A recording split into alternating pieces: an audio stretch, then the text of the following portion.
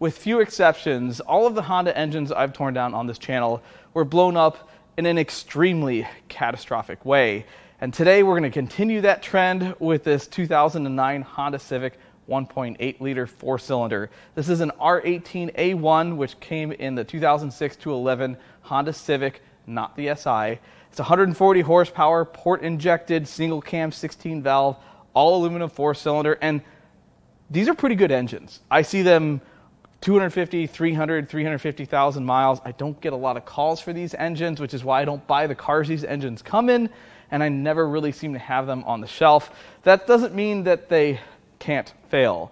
These engines are known for one problem, and that is a porous block casting. On the front of the block, the casting was extremely porous, and it will seep coolant, and then eventually these engines will run low and overheat. That's what I see most commonly when someone needs an engine. Now, this one is out of a 2009 with 170,000 miles on it, and, well, it's got a pretty porous block casting problem. So when I talk about porous block castings, this is too porous. This is not what I meant. Obviously, it has an exit wound, and you can see right inside the engine, but believe it or not, this is the good side. And this is why I said that's the good side, because that's one of the biggest holes that we've seen in a block on this channel in a long time. That's impressive. And yeah, so not the block casting problem with this one. All right, I know it's way early in the video to show internal engine parts, but I have to explain. So obviously that's part of a rod, and that's also part of a rod. So these parts were found on the outside of the engine. They're supposed to be on the inside. This was actually found on top of the battery. And then the starter actually was an innocent bystander and has lots of impact marks. It actually broke the starter solenoid, and the starter no longer functions. So yeah, I just figured I'd cover that right now. First thing we're going to do is pull the plugs, see what they look like. Well, I don't know what kind of magic happened inside of this engine, but all of the plugs look good. Nothing's smashed, nothing's broken. I'm surprised. All right, without plugs, this thing should turn over just perfect. You know, just no resistance whatsoever. Ow. Okay, there seems to be resistance. Let's get a breaker bar. We need to power through this. Let's try this again. That's not right.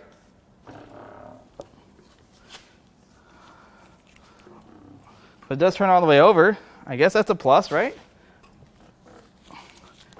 It's a lot of resistance. A lot. Okay, we'll stop playing around and get this thing torn down. Let's take a peek in these intake ports. Cylinder 1 looks okay. Nothing to see here. Cylinder 3 seems to have two valves that are not at the same height, so that's a problem. And I don't see anything wrong with cylinder 4. I know I've said this about 187 times, but a really good way to check the health of a Honda engine that has VTEC is to pull the VTEC solenoid and look in the screen, because if there's a lot of metal in the oil, that screen will definitely catch some of it, and it's a good indicator of how nice the bearings look in these engines.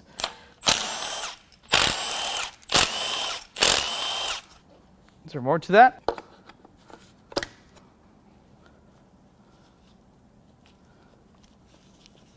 Oh, we're leaking. So this is kind of surprising because there's not really any notable debris in that VTEC solenoid screen. Huh. All right, while we're here, we might as well just, check the oil, since I don't think anybody did before. I think it's dry, and something tells me it drained itself. Now we'll pull the valve cover.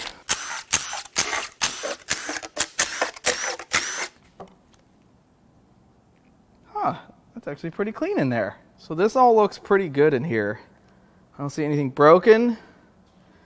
Although if you look, that valve appears to be more open than this. So maybe there's a problem there. I don't know. There's no slack there, so I don't know why that's like that yet. All of this looks pretty good. Not a lot of varnish. I don't see piles of metal anywhere. Now it's time to remove the crank bolt, and these can be pretty tight, which is why I've added a tool to my box to help me get these really tight Honda crank bolts out. Let's see if this works. Oh yeah. And then this should just go boop. Now it's time to start knocking all these timing cover bolts out so we can pull this cover off.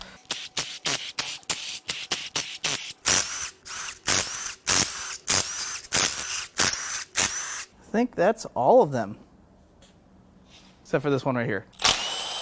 Let's see here. Did I get them all?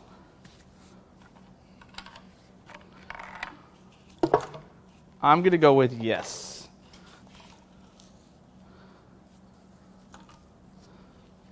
There's one timing cover. And these are actually worth a bit of money, but we're going to have to see what the rest of this engine looks like before I want to sell this to somebody else if it's got an oil pump problem. Well, the timing system looks pretty good. I don't see any issues. There's no chips of plastic missing from the guides. Tensioner looks good. It's time to get this all stripped down. Well, I think what you're supposed to do is pull the tensioner first. So we're going to get this guide out of the way. See what that does for us. Yeah, the guide looks good. Not a lot of wear. That's a good part. But this, that didn't really help us, did it? So now I guess we'll get the tensioner out of the way. I'm going to stand back just in case. Oh, see, it's fine. It did turn around and aim at me.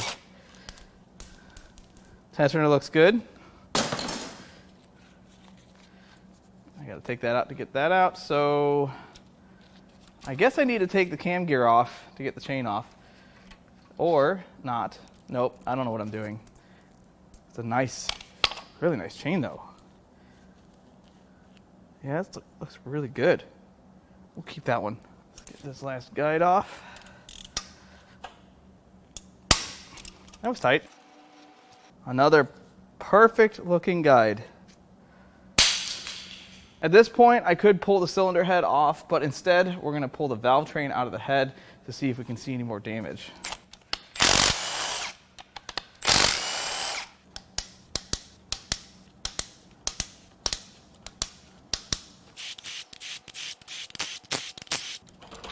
Blue.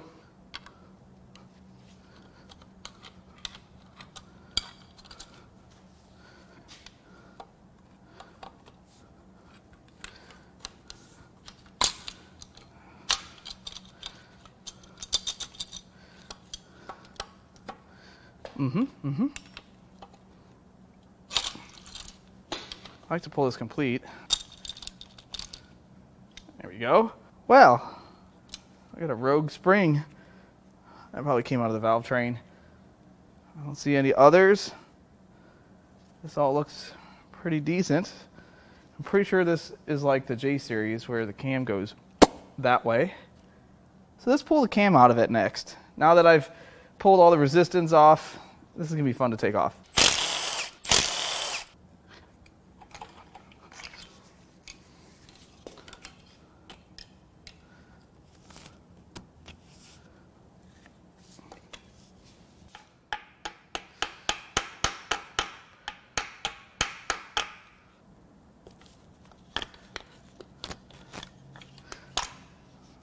All right, let's see if we can get this off.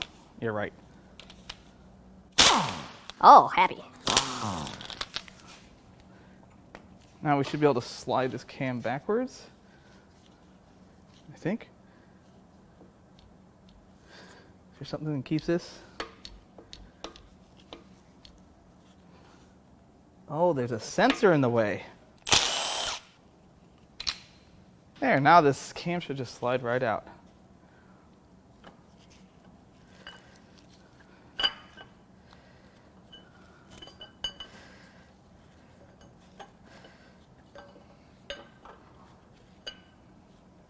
And this is why we pulled this apart. I give this a brake clean bath, but you can clearly see the journals have some pretty good damage.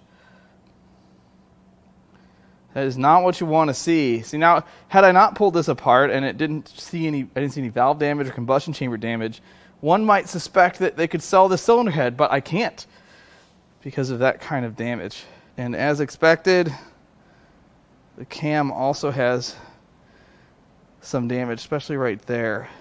It's grooved really deep. That one too. The lobes look good, but the journals, not. Time to crack the head bolts loose.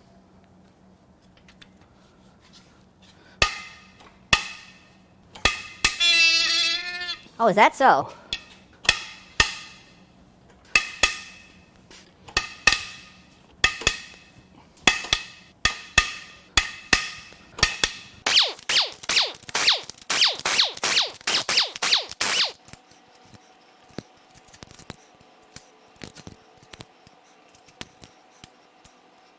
Hopefully this just pops right off.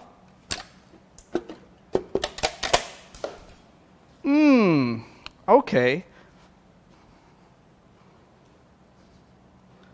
That doesn't look right either.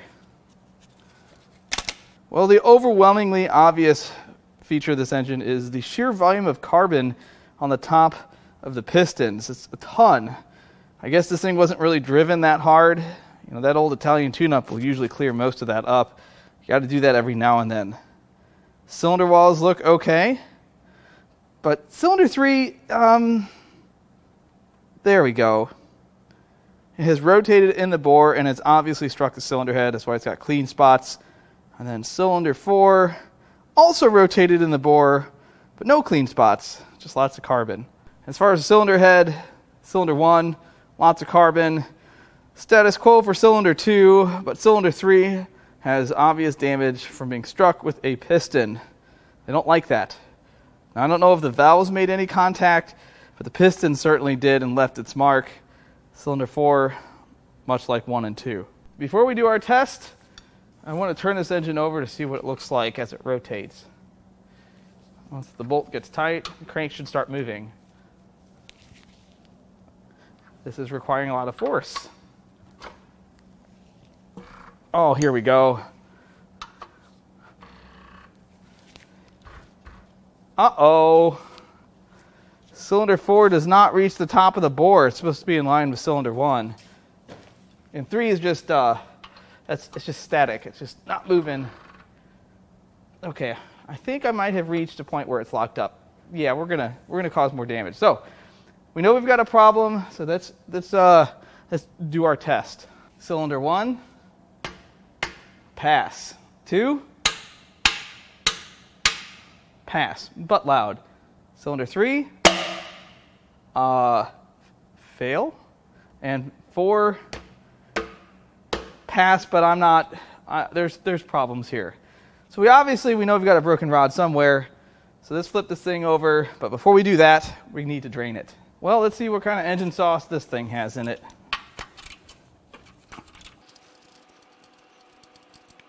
Well, that looks like oil. I don't see a ton of metal in it yet. But I am very glad I didn't turn this thing over without draining. The next thing I'm going to do is remove the water pump.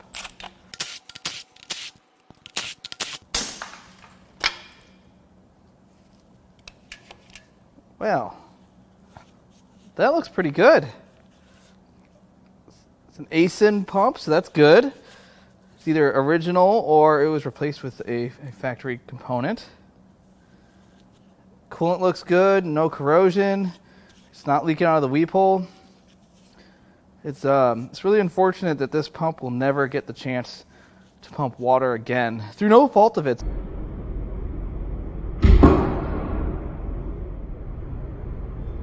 All right, let's turn this short block over so we can pull that oil pan.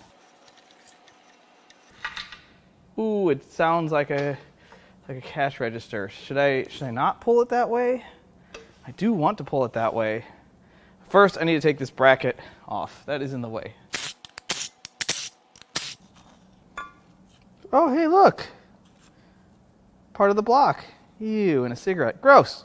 I'm gonna remove this oil filter really quick. We're gonna leak out of this. What's gonna happen? Oh yeah, we're leaking. Because of the likelihood of some party gifts inside the oil pan, I'm actually going to pull the pan in this position. As I flip this all the way over, I might be fishing parts of the engine out of different crevices that it's going to inhibit me from getting this apart on time. That's a lot of words. Let's take it apart.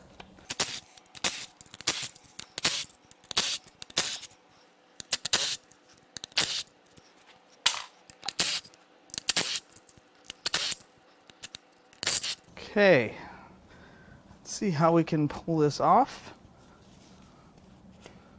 Hopefully we have all the bolts out.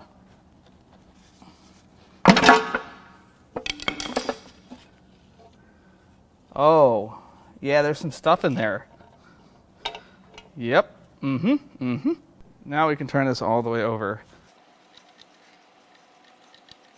Oh my.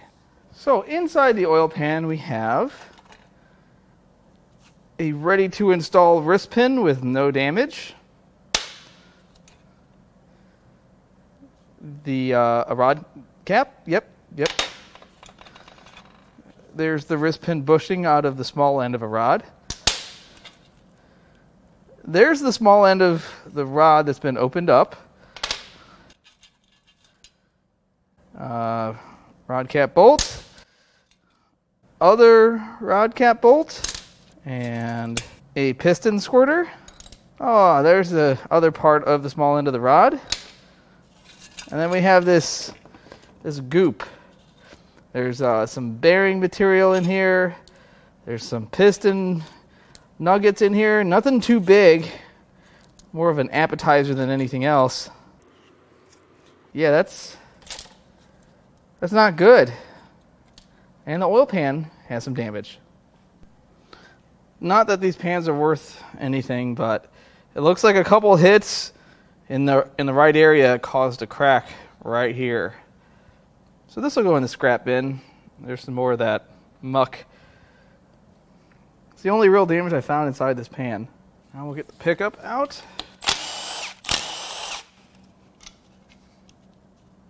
And the windage tray, which is slightly deformed.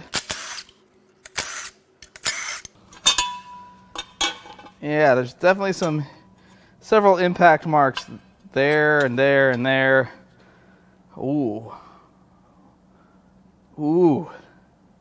That is not good. So this isn't really looking too good. There's a pretty good size hole. And then you get over here,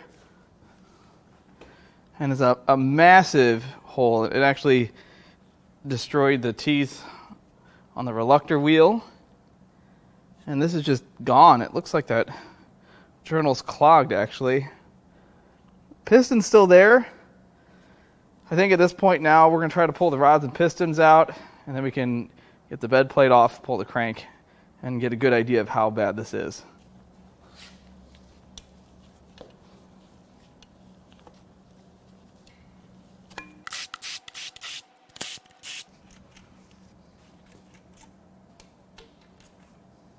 Can we get these out?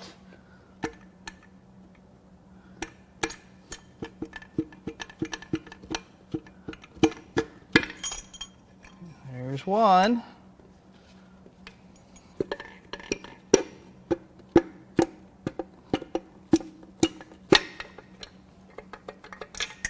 Two is out. Now, I don't know if I'll be able to get number 3's piston out. I think I can.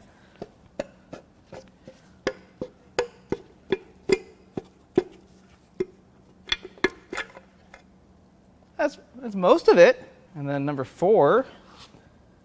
That's another question. Number 4 does not want to come out. Why is that? Let's see if we can turn this engine over. Nope. It still doesn't want to go. Nope, that's loosening the bolt. Wow. Oh, it moved. And it's shooting parts everywhere. What happened? Oh, it's bad. Whatever's happening, bad. Don't worry, we'll get it apart. It's just gonna have to wait until we get this bed plate off. To get the bed plate off, I actually need to remove one of the bolts that hold the engine to my stand. It's gonna be fine. This thing weighs like 38 pounds at this point. See, didn't even flinch.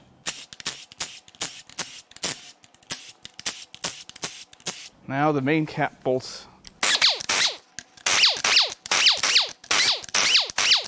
Now, how hard is this going to be to remove? Well, probably not too hard since we have blue. And it looks like they did give me a few places to pry.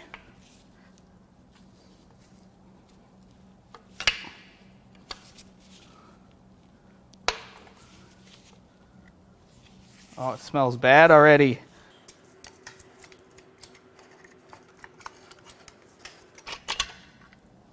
Now, the crank should come out.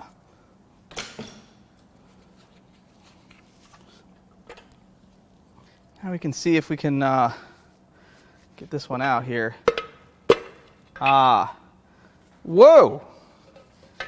Oh, I can see a doctor about that one. The first thing I'm going to talk about is the crank. The front of the crank, not too bad. But quickly, you realize that there's a problem. That bearing is spun. We're going to have to remove that to see what those look like. That main looks okay. And there's still a bearing on there, believe it or not. There's a lot of impact marks on there in the journal. And then that sliver of remaining bearing. And then you get to this part of the crank, and it's pretty bad. The main bearings, well, and it's hard to not look at the hole in the block. It's fine. Main bearings don't look that bad, considering what happened to this engine, but they are certainly not in great shape. Now I'm going to use my chisel driver, which someone asked me what kind it was in the last video. It is in fact a Craftsman chisel driver. Let's go with the easy ones first.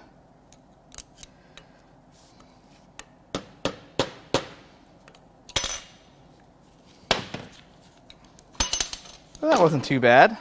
It's not too good. And then this one, which I don't even know if this is gonna work or not. I hope I don't hurt the crankshaft.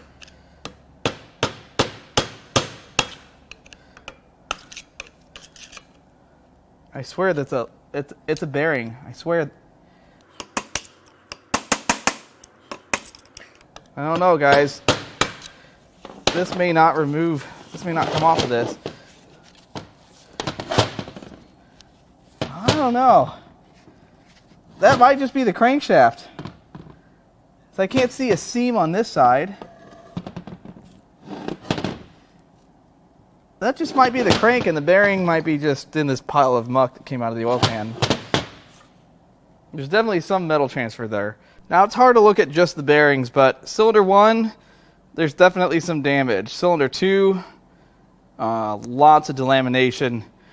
Cylinder 3, charred wreckage. Cylinder 4, more delamination. These bearings were coming apart. Now, the rods and pistons, cylinder 1, not terrible. A little bit of skirt wear. Cylinder 2, not terrible. Same skirt wear. Cylinder 3, though, this is the exploded view. There's our cap. That part was ejected. That part was ejected. And we found the rest of this in the pan aside from the piston. It looks like the circlip is still in that part of the piston. And the piston is definitely a little, it's not good. But this is pretty much everything. I don't think we're missing anything. There's the small end of the rod. There's the bushing. And this is what's left of the bearing and the rod bolts. Yeah, they're bad. But cylinder 4, that was a victim of circumstance. I think when cylinder 3 blew up, these parts got in the way, specifically this one right here, and this one probably launched that through the block. That is bent in a real bad way, and the piston has some damage as well. See right there. Yeah, this definitely happened in the drive-thru at Idle. The bed plate also has lots of scars from flying shrapnel. I'm sure this was just the best sounding thing ever. The block has a ton of damage. I mean, look at how deep that mark is right there on the side of that casting. Humongous hole. Let's flip this over and see what it looks like from the top side. Cylinder 1, saw that before, lots of rust stains. Cylinder 2 looks okay, but 3 somehow has just some vertical wear, but it's not as bad as you'd expect for this kind of damage. And cylinder 4 had the piston kind of turned sideways, and there was a lot of resistance, and you can definitely tell there's some damage to the cylinder walls. Well, I've cut this filter open and spread the media out, and you can see this was a regular old bearing material sluice box here. Caught a ton of bearing matter everywhere. These pleats were just full of it. It's awesome. Well, we're not done yet. We need to pull this apart because I can't sell this if this has a bunch of metal in it.